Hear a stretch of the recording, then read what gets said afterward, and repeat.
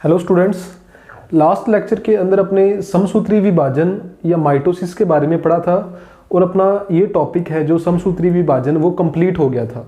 ठीक है, तो समसूत्री विभाजन के बाद अपने पढ़ेंगे आज मियोसिस के बारे में, मतलब अर्धसूत्री विभाजन के बारे में। ठीक है, अर्धसूत्री विभाजन इंग्लिश में इसे अपने क्या बोलते हैं, मियोसिस।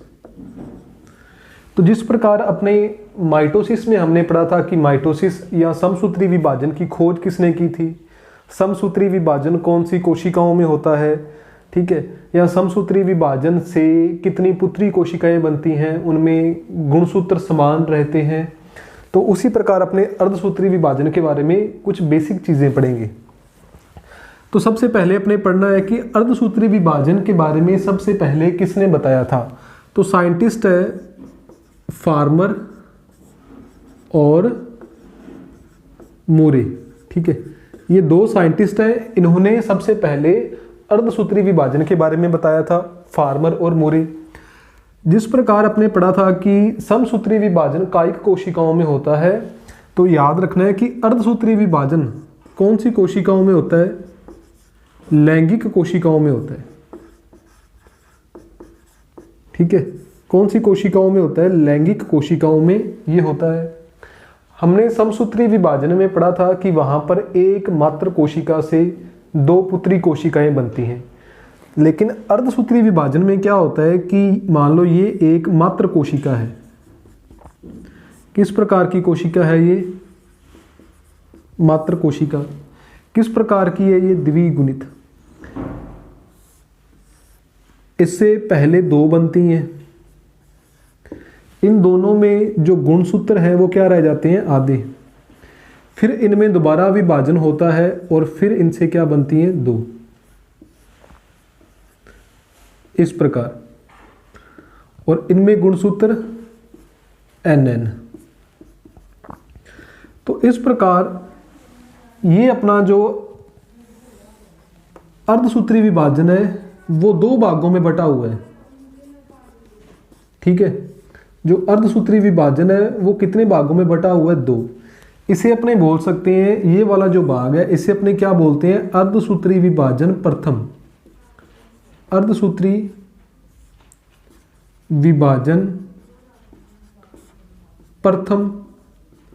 और ये वाला जो भाग है इसे अपने क्या बोलते हैं, अर्धसूत्री विभाजन सेकंड।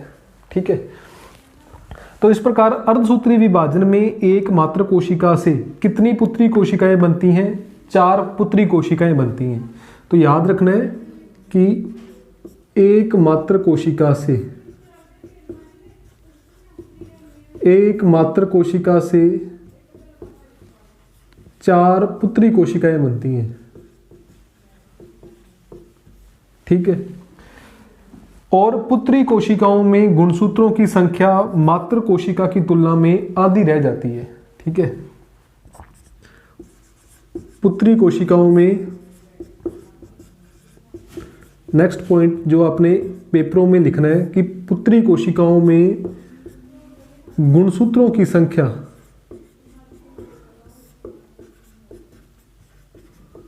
क्या रह जाती है, आधी रह जाती है। ठीक है, गुणसूत्रों की संख्या मात्र कोशिका की तुलना में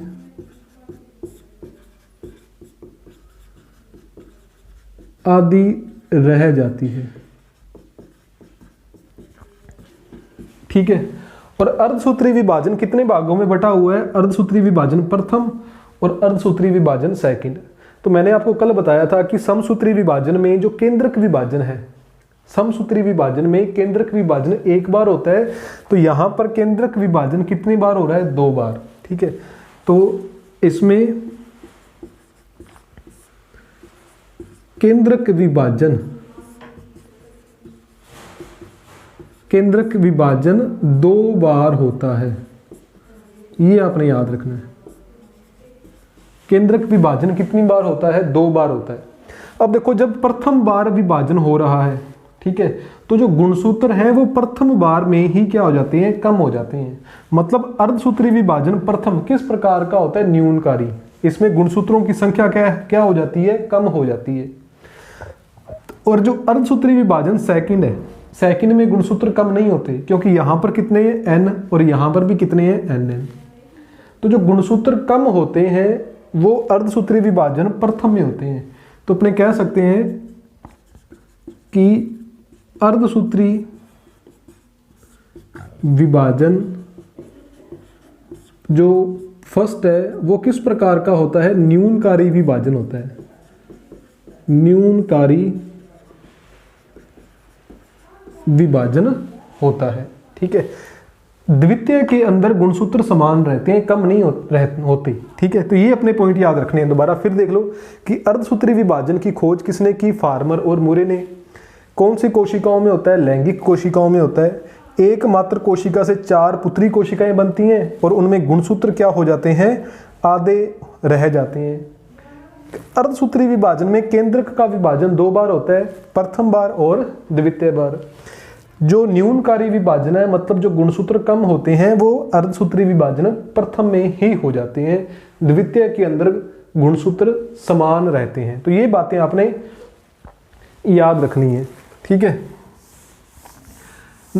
फिर अपने देखते हैं कि इसमें किस प्रकार विभाजन होता है। लेकिन उससे पहले अपने एक चीज और देख लेते हैं यहीं पर ही, कि ये अपना अर्धसूत्री विभाजन है, इसे अपने यहां पर बना लेते हैं। ये है अपना अर्धसूत्री विभाजन। अर्धसूत्री विभाजन को अपने कितने भागों में बांट लिया, 2 भागों में, इस प्रकार। ये अर्धसूत्री विभाजन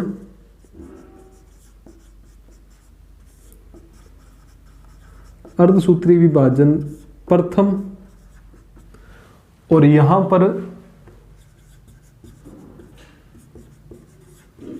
अर्धसूत्री विभाजन सेकंड। ठीक है, इनके अंदर भी वही सेम अवस्थाएं होंगी। कौन कौन सी, प्रोफेज, जिसे अपने क्या बोलते हैं, पूर्वावस्था। ये प्रथम है तो ये पूर्वावस्था कौन सी हो जाएगी, प्रथम, प्रोफेज फर्स्ट। फिर मेटाफेज फर्स्ट, जिसे अपने क्या बोलते हैं, मध्यावस्था फर्स्ट। फिर एनाफेज, जिसे अपने बोलते हैं पश्चावस्था फर्स्ट। और लास्ट में है अंत्यावस्था फर्स्ट, जिसे अपने बोलेंगे टीलोफेज फर्स्ट। और इस साइड उसी प्रकार ये प्रोफेज सेकंड हो जाएगी, ये मेटाफेज सेकंड, ये एनाफेज सेकंड, और ये वाली टीलोफेज सेकंड। ठीक है, उसी प्रकार 4 अवस्थाएं हैं। लेकिन याद रखना है कि जो प्रोफेज फर्स्ट है, मतलब जो पूर्वावस्था प्रथम होती है, वो आगे 5 उप अवस्थाओं में बंटी होती है। इसकी आगे 5 उप अवस्थाएं हैं। कौन कौन सी,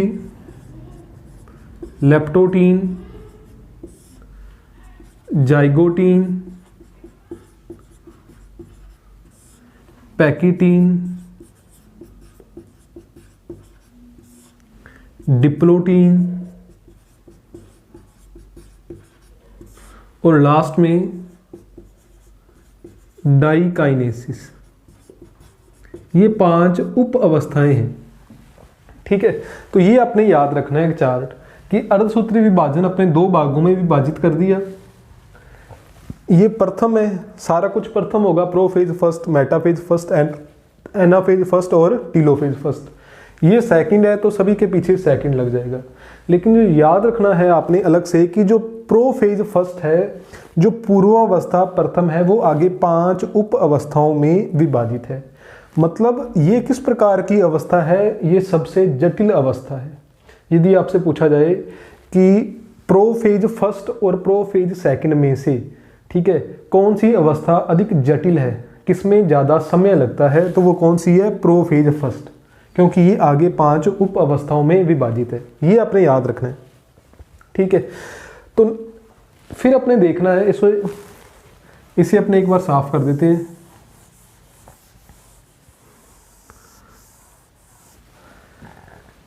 अब आपने देखना है कि अर्धसूत्री विभाजन अपने प्रथम शुरू कर दिया। प्रथम जब अपने शुरू कर दिए तो अपने देखना है कि प्रोफेज फर्स्ट में क्या होगा, मेटाफेज फर्स्ट में क्या होगा, एनाफेज फर्स्ट में क्या होगा और टीलोफेज में क्या होगा। तो प्रोफेज फर्स्ट के बारे में जब अपने पढ़ते हैं तो ये आगे 5 उप अवस्थाओं में बटा हुआ है। तो अपने देखते हैं कि इनके अंदर क्या क्या कुछ होता है। प्रोफेज फर्स्ट के अंदर सिर्फ आपने एक ही पॉइंट याद रखना है, इसके अंदर एक ही पॉइंट याद रखना है, ठीक है, कि इसमें आपने याद रखना है कि जो क्रोमेटिड है, क्रोमेटिड में कुंडलन होता है। अपने समसूत्री विभाजन में पढ़ा था कि जो क्रोमेटिड होते हैं वो कुंडलित हो जाते हैं, जिसके कारण वो छोटे और मोटे हो जाते हैं।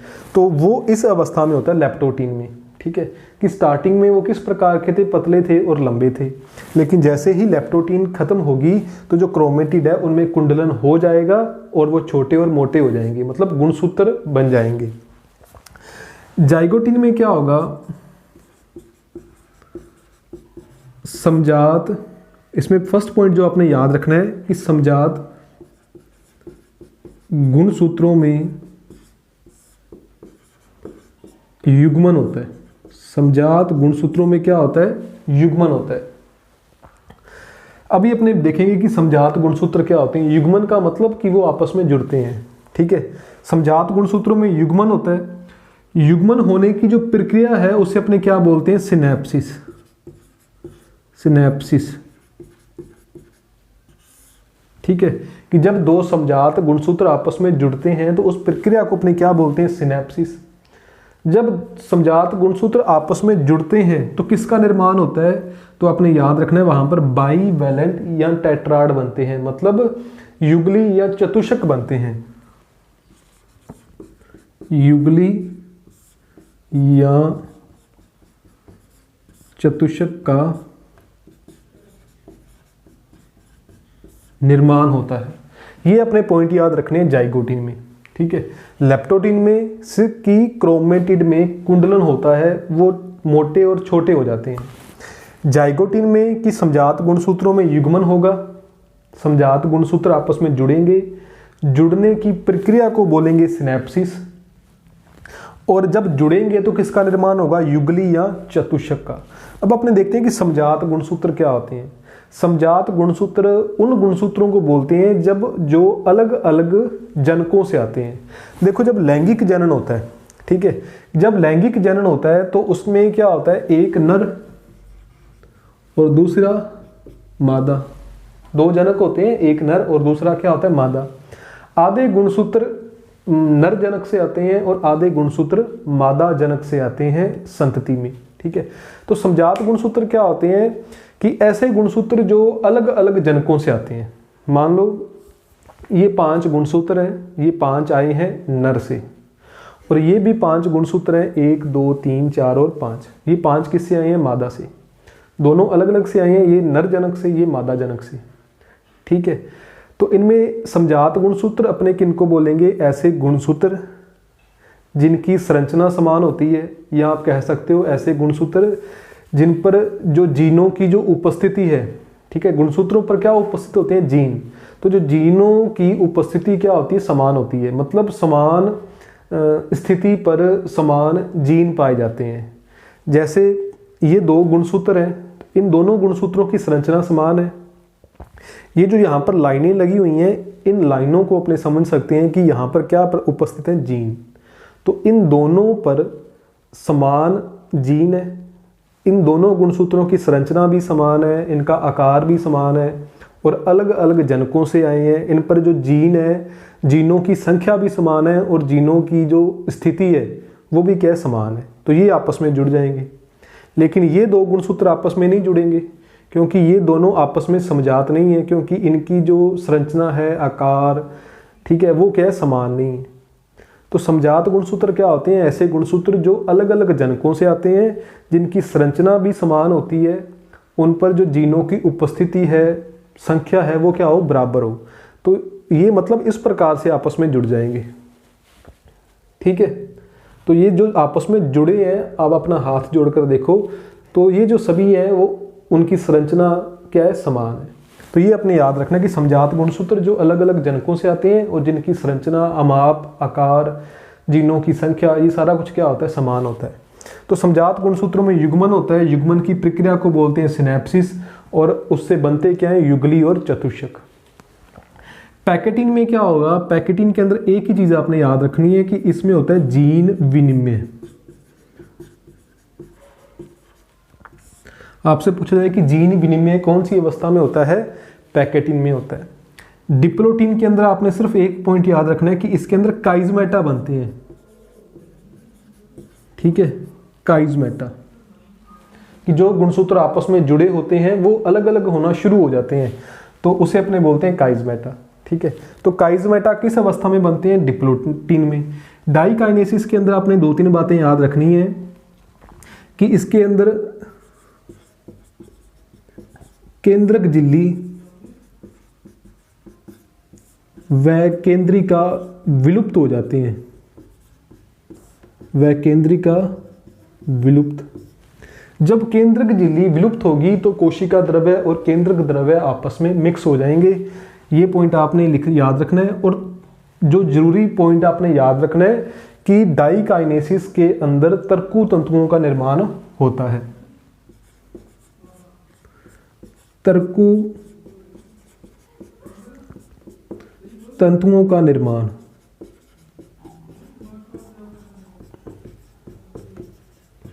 ये पॉइंट आपने याद रखने हैं। ठीक है, तो ये अपनी प्रोफेज फर्स्ट है वो कंप्लीट होगी। ठीक है, कि लेप्टोटीन में क्या होगा? क्रोमेटिड में कुंडलन, कि पहले वो इस प्रकार के थे, पहले वो किस प्रकार के थे? इस प्रकार के थे। उनमें क्या हो जाएगा? कुंडलन। वो किस प्रकार के हो जाएंगे? छोटे और मोटे हो जाएंगे। समजात गुणसूत्रों में युग्मन, समजात गुणसूत्र आपस में जुड़ेंगे। यहां पर जीन विनिमय, पैकेटिन में, डिप्लोटिन में काइजमेटा बनेंगे। डाइकाइनेसिस के अंदर केंद्रक झिल्ली और केंद्रिका विलुप्त हो जाएंगे। ठीक है, ये पॉइंट आपने याद रखने हैं। प्रोफेज के बाद में अपनी कौन सी अवस्था आती है? Metaphase first.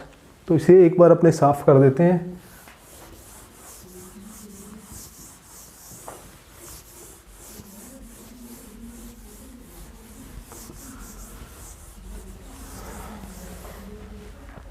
अपने एक बार डायग्राम भी बना लेते हैं कि स्टार्टिंग के अंदर, बिल्कुल स्टार्टिंग में, जब कोशिका विभाजन कोई शुरू भी नहीं हुआ, ठीक है, तो बिल्कुल स्टार्टिंग में अपनी सेल इस प्रकार की है, मान लो यहां पर अपने बनाते हैं।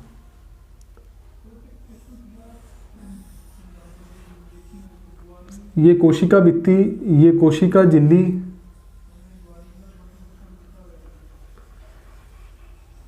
ठीक है, ये है केंद्रक झिल्ली, ये केंद्रिका, और केंद्रिका के अंदर ये क्या उपस्थित है? 4 क्रोमेटिन। ठीक है, फिर कौन सी अवस्था आएगी? अंतरावस्था।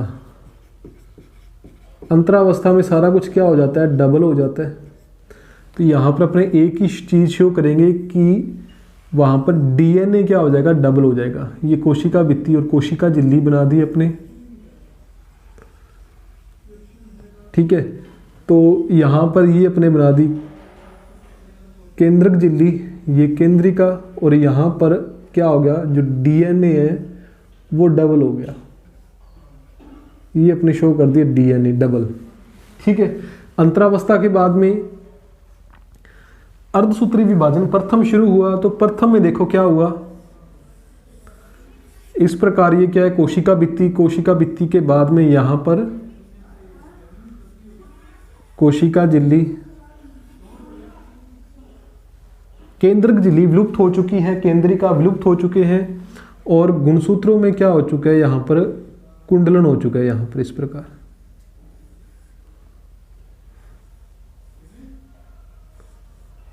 इस प्रकार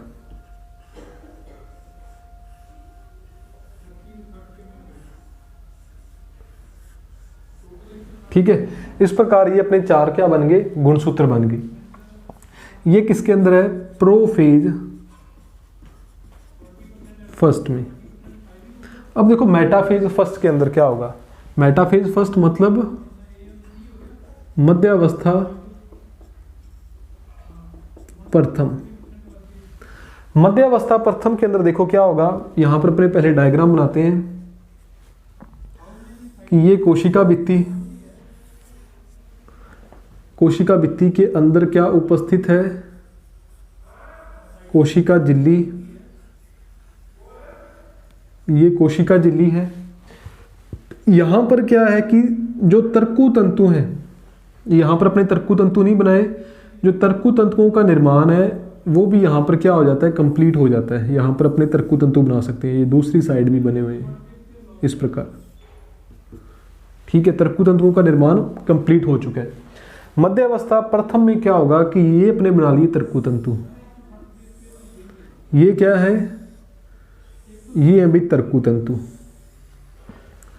और आपको पता है बीच में क्या बनती है, मध्य पटलिका, बीच में क्या बनती है, मध्यवर्ती पटलिका, मेटासेंट्रिक प्लेट या इक्वेटोरियल प्लेट बोलते हैं, मध्यवर्ती पटलिका, ठीक है।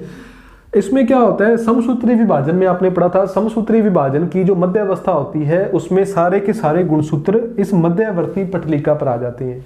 लेकिन यहां पर क्या है कि इस मध्यवर्ती पटलिका पर वो नहीं आएंगे, वो क्या रहेंगे, साइड में रहेंगे, यहां पर इस प्रकार, इस प्रकार, एक यहां पर, यहां पर, और दूसरे अपने यहां पर बना दें।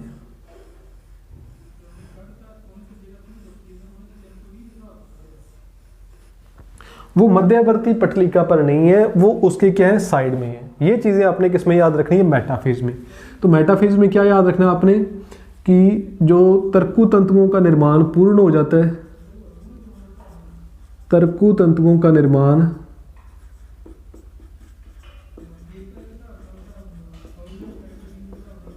पूर्ण हो जाता है,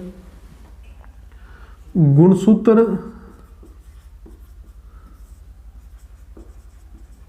मध्यवर्ती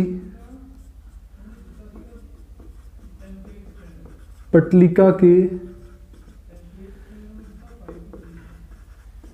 पार्श्व में, मतलब साइडों में, ठीक है, पार्श्व में उपस्थित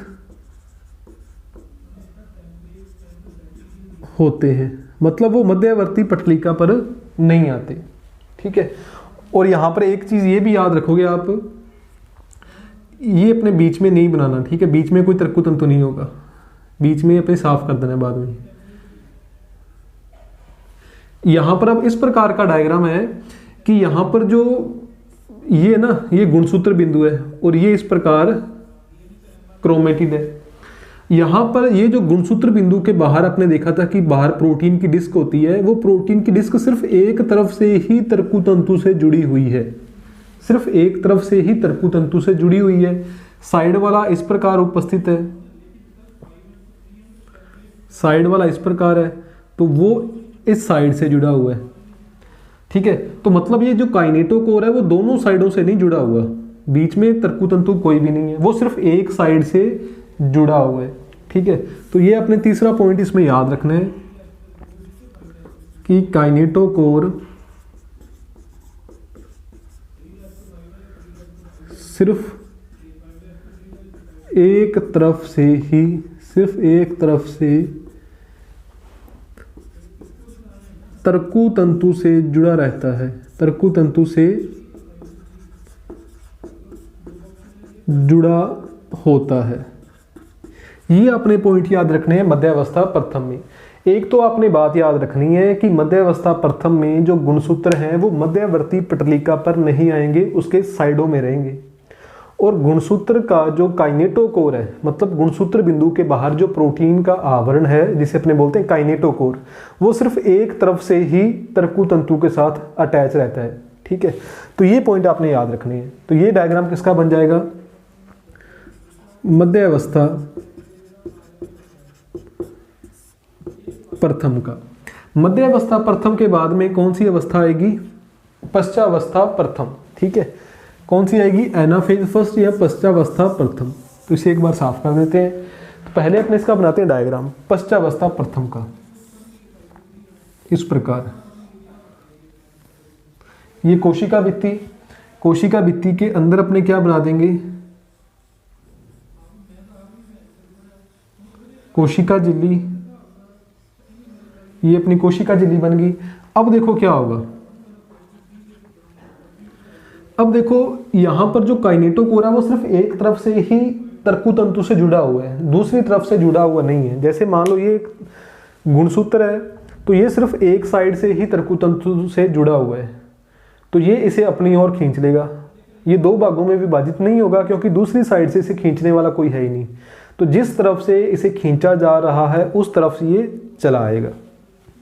ठीक है, तो होगा क्या यहाँ पर, जैसे ये जो गुणसूत्र बिंदु है या काइनेटोकोर है, ये इस साइड जुड़ा हुआ है, मतलब इसे इस ओर खींचा जा रहा है, तो ये किस ओर आ जाएगा, इस ओर आ जाएगा, ये इस ओर आ जाएगा। ये बीच में अपने जो दूसरे गुणसूत्र बिंदु बना, तर्कुतंतु बना देते हैं, और ये इस साइड आ जाएगा। अपने थोड़े छोटे शो करते हैं, और ये इस प्रकार। ठीक है, यहां पर वो दो भागों में विभाजित नहीं हो रही, ये अपने याद रखना है। समसूत्री विभाजन में यहां पर गुणसूत्र बिंदु दो भागों में विभाजित हो गया था। क्यों हुआ था, क्योंकि वो दोनों साइडों से तर्कुतंतु से जुड़ा हुआ था। यहां पर वो सिर्फ एक साइड से जुड़ा है, तो वो दो भागों में विभाजित नहीं होता। तो जो अपना डायग्राम कौन सा है, एनाफेज फर्स्ट या पश्चावस्था प्रथम। ठीक है, तो इस प्रकार इसे अपने लिखेंगे पश्चावस्था प्रथम। इसमें पहला पॉइंट आपने क्या याद रखना है कि गुणसूत्र बिंदु का विभाजन नहीं होता। ठीक है, गुणसूत्र बिंदु का विभाजन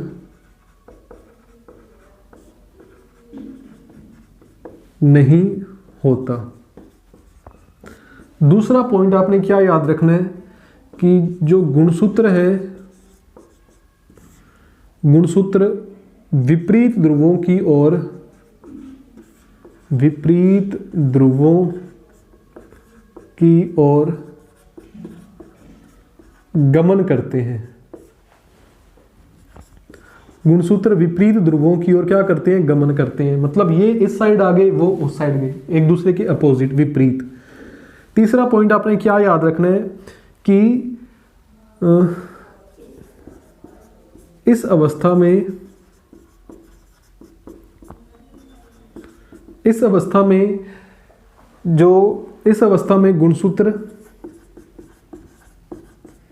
UVL, या इसे आप नहीं भी लिखो, ठीक है, आपने सिर्फ दो ही पॉइंट याद रखने हैं, इसका कोई मतलब नहीं है। यहाँ पर सिर्फ दो पॉइंट याद रखने हैं कि गुणसूत्र बिंदु का विभाजन नहीं होता, मतलब गुणसूत्र डबल नहीं होंगे।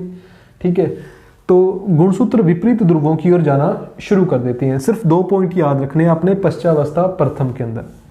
ठीक है, पश्चावस्था प्रथम के बाद में कौन सी आएगी, अंत्यावस्था प्रथम। तो उसका भी अपने डायग्राम यहाँ बना लेते हैं। तो ये क्या बन गई, कोशिका भित्ति। कोशिका भित्ति के अंदर ये क्या बन गई, कोशिका झिल्ली।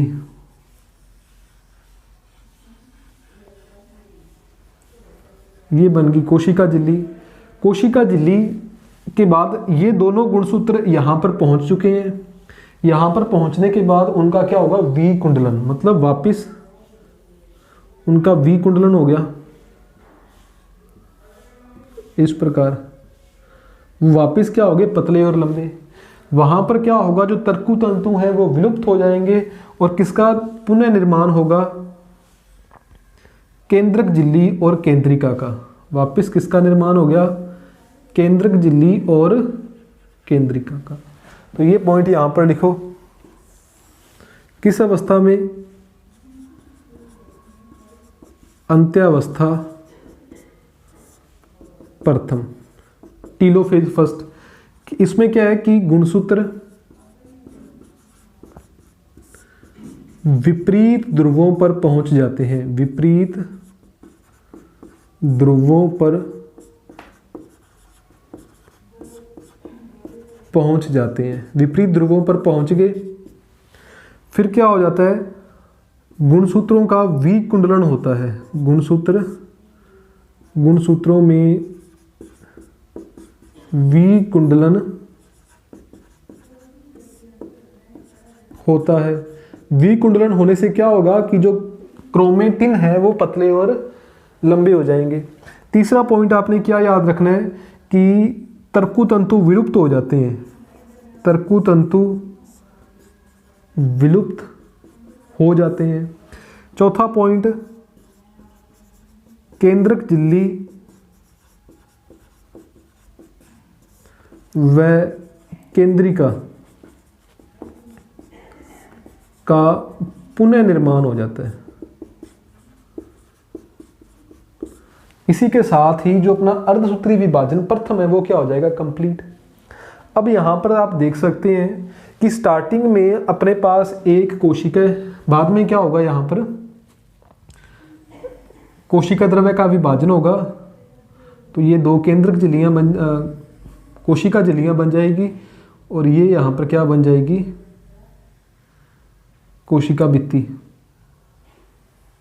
तो इस प्रकार एक मात्र कोशिका से क्या बन गई, दो पुत्री कोशिकाएं। कि मैंने आपको बताया था स्टार्टिंग में कि जब अर्धसूत्री विभाजन प्रथम कंप्लीट होगा तो एक मात्र कोशिका से दो क्या बनती हैं, पुत्री कोशिकाएं। मात्र कोशिका की तुलना में इनमें गुणसूत्रों की संख्या क्या हो जाएगी, आधी। इसमें 4 है तो इसमें क्या हो गए, 2। तो इसी के साथ अपना अर्धसूत्री विभाजन प्रथम कंप्लीट हो गया। नेक्स्ट वीडियो के अंदर अपने पढ़ेंगे अर्धसूत्री विभाजन सेकंड के बारे में। सिंपल सी चीज आपने एक याद रखनी है कि जो अपना अर्धसूत्री विभाजन सेकंड है वो सेम टू सेम समसूत्री विभाजन जैसा है, कोई भी फर्क नहीं है, बिल्कुल कैसा है, समसूत्री विभाजन जैसा। समसूत्री विभाजन में भी गुणसूत्रों की संख्या समान थी, ठीक है। तो जब यहाँ पर इन दोनों कोशिकाओं में आगे विभाजन होगा तो इनसे जो आगे कोशिकाएं बनेंगी उनमें भी गुणसूत्र 2 ही रहेंगे। इनमें कितने, 2, आगे जो बनेंगी उनमें भी कितने रहेंगे, 2।